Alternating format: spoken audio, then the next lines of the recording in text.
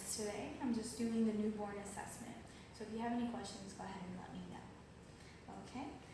Now I'm going to go ahead and come here. I first start with the ACAR score. So I'm going to be checking the heart rate, the respiratory effort, the muscle tone, reflex irritability, and their color.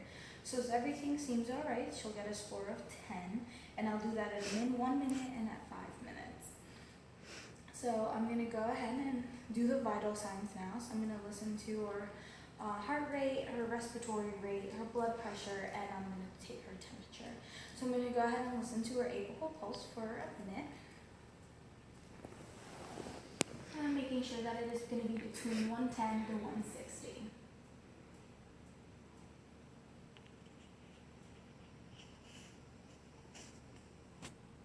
So at this point I've checked it for a whole minute and I got 150, which is an alright, that is an okay heart rate. So now I'm going to go ahead and check respiratory rate, and as I can see her breathing, so I'm just going to go ahead and check it for a whole minute. Now a whole minute has gone by and she has a respiratory rate of 45, which is good. Between 30 and 60 is what a newborn should be at. Now I'm going to go ahead and check her blood pressure.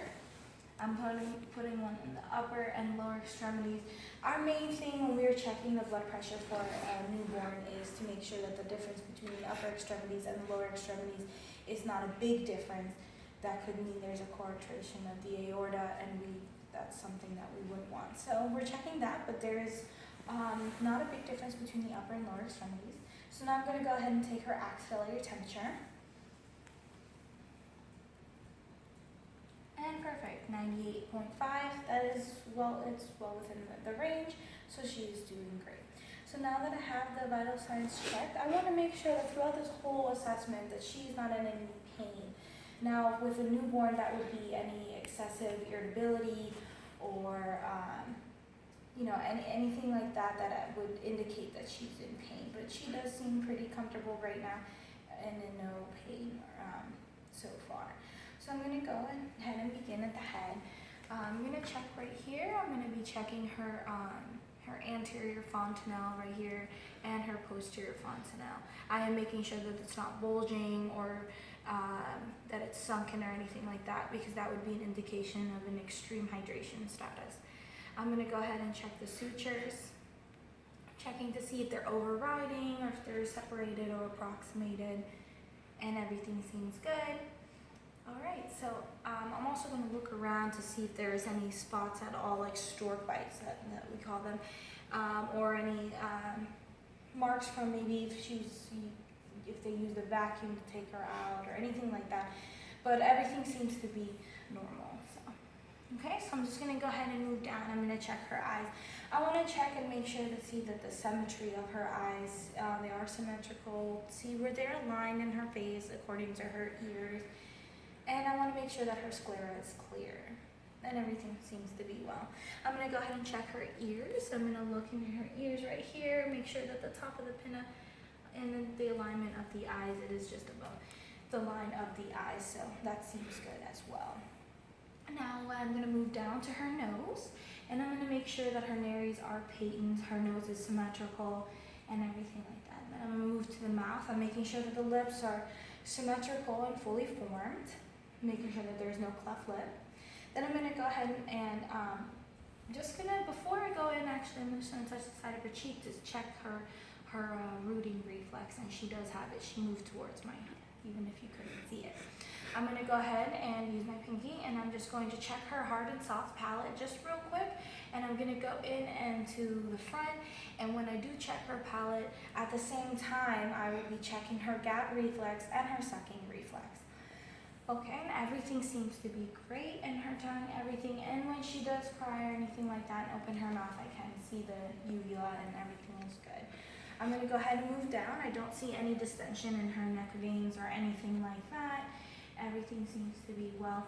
And I'm also going to make sure, check her clavicle, see for any crepitus or anything like that. I'm moving down and I'm checking to see her, I'm going to do her thorax and her lung. And right here when I'm at her chest, I wanted to make sure that there was the nipple alignment and everything like that. there was the alignment of the nipple and also that the nipples are fully formed and everything like that. So I'm going to keep moving down. I'm going to move to the umbilical. Just looking, first I'm going to be observing everything, making sure that the umbilical cord is clear and everything like that.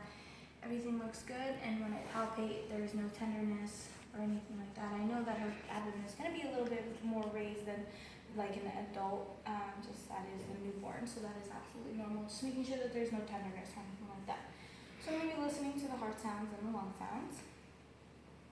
And I'm going to be listening to the front. So I'm going to be listening to the front and on the sides as well, and both sides. And on the back I'm going to be listening. And everything sounds good. And then in the abdomen, I'm going to be checking her bowel sounds in all 4 quadrants. All 4 I checked, and there are bowel sounds, so she's doing well.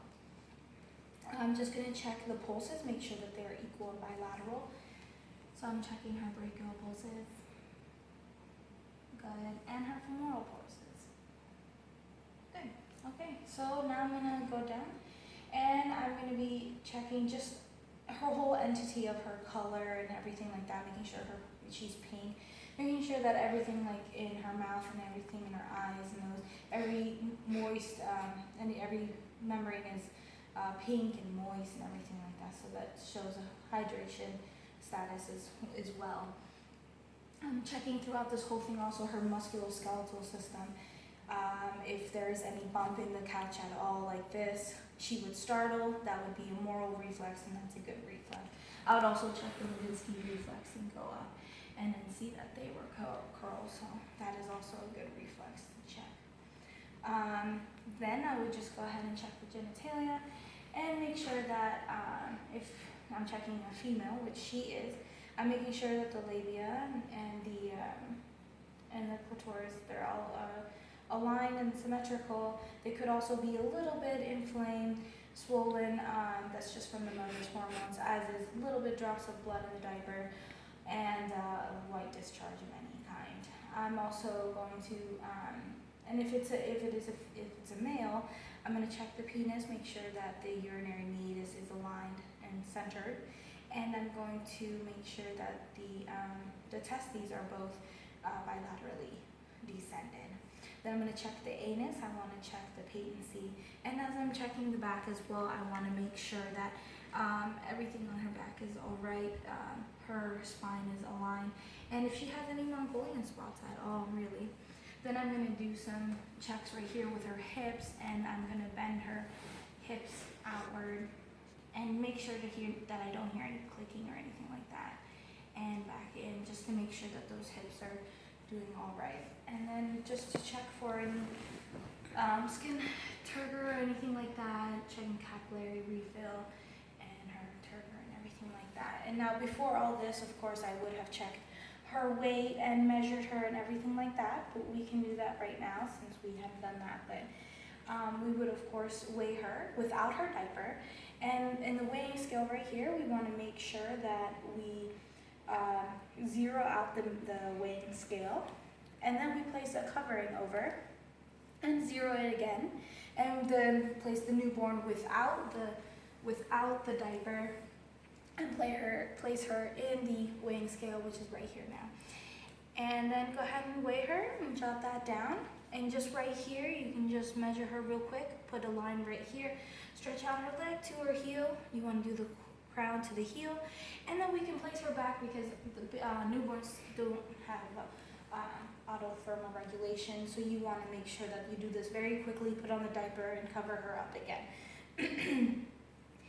Or have her under the lights, of course. So then I'm going to go ahead and use my tape measure, and I'm going to go ahead and measure her length. Okay, perfect, and jot that down. And then the other 2 measurements I am going to do as well are her head measurements and her chest measurements. So I'm going to go ahead and go behind her like this, being very careful with her head like that, and make sure to have them completely straight. And measure. Okay, perfect. Jot that number down. And then move right here under her nipple line right here. It's going to be on her nipple line. And just under her arms, I am under her arms, just across her nipple line, everything is straight like this, and measure her like that, and write that down. Now I will be able to use those two numbers and plot them on a growth chart so that I can see her progress throughout her life, and especially the upcoming months when she goes to her well baby visits. And that is just about it for the newborn assessment. So thank you for